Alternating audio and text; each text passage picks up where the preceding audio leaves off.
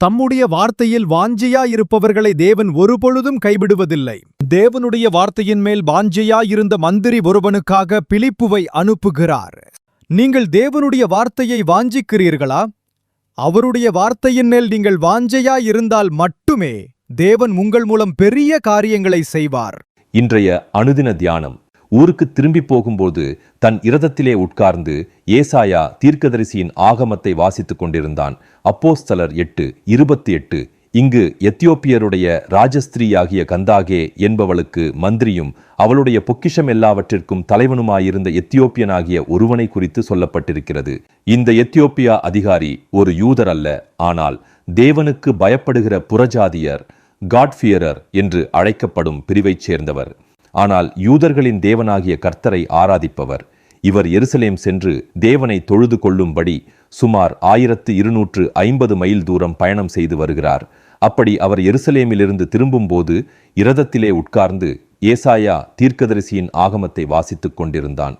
தேவன் தம்முடைய வார்த்தையை தேடுகிறவர்களை ஒருபொழுதும் கைவிடுவதில்லை.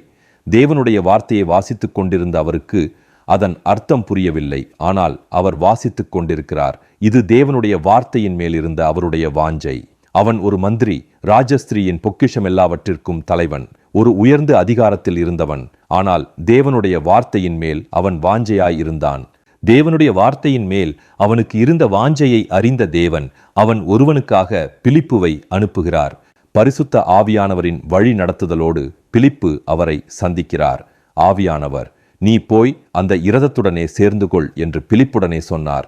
அப்பொழுது பிலிப்பு ஓடிப்போய் சேர்ந்து அவன் ஏசாயா தீர்க்கதரிசியின் ஆகமத்தை வாசிக்கிறதை கேட்டு, நீர் வாசிக்கிறவைகளின் கருத்து உமக்கு தெரியுமா என்றான். அப்போஸ்தலர் 8:29 முதல் 30 வரை. அப்பொழுது பிலிப்பு பேசத் தொடங்கி இந்த வேத வாக்கியத்தை முன்னிட்டு இயேசுவை குறித்து அவனுக்கு பிரசங்கித்தான். தேவனுடைய வார்த்தையின் மேல் வாஞ்சையாயிருந்து மந்திரி தேவனுடைய வார்த்தைக்கு கீழ்ப்படிந்தார். உடனே ஞானஸ்நானம் பெற்றுக்கொண்டார். இவ்விதமாய் அவர்கள் வழி நடந்து போகையில் தண்ணீர் உள்ள ஓரிடத்திற்கு வந்தார்கள். அப்பொழுது மந்திரி, இதோ தண்ணீர் இருக்கிறதே, நான் ஞானஸ்நானம் பெறுகிறதற்கு தடை என்ன என்றான். அதற்கு பிலிப்பு, நீர் முழு இருதயத்தோடும் விசுவாசித்தால் தடையில்லை என்றான். அப்பொழுது அவன், இயேசு கிறிஸ்துவை தேவனுடைய குமாரன் என்று விசுவாசிக்கிறேன் என்று சொல்லி இரதத்தை நிறுத்தச் சொன்னான். அப்பொழுது பிலிப்பும் மந்திரியும் ஆகிய இருவரும் தண்ணீரில் இறங்கினார்கள். பிலிப்பு அவனுக்கு ஞானஸ்நானம் கொடுத்தான். அப்போஸ்தலர் 8:36 முதல் 38 வரை. அந்த மந்திரிக்கு தேவனுடைய வார்த்தையில் இருந்த வாஞ்சையால் ஆப்பிரிக்காவுக்கு முதல் சுவிசேஷம் கொண்டு செல்லப்பட்டது. நீங்கள் தேவனுடைய வார்த்தையை வாஞ்சிக்கிறீர்களா? அவருடைய வார்த்தையின் மேல் நீங்கள் வாஞ்சையாய் இருந்தால் மட்டுமே தேவன் உங்கள் மூலம் பெரிய காரியங்களை செய்வார்.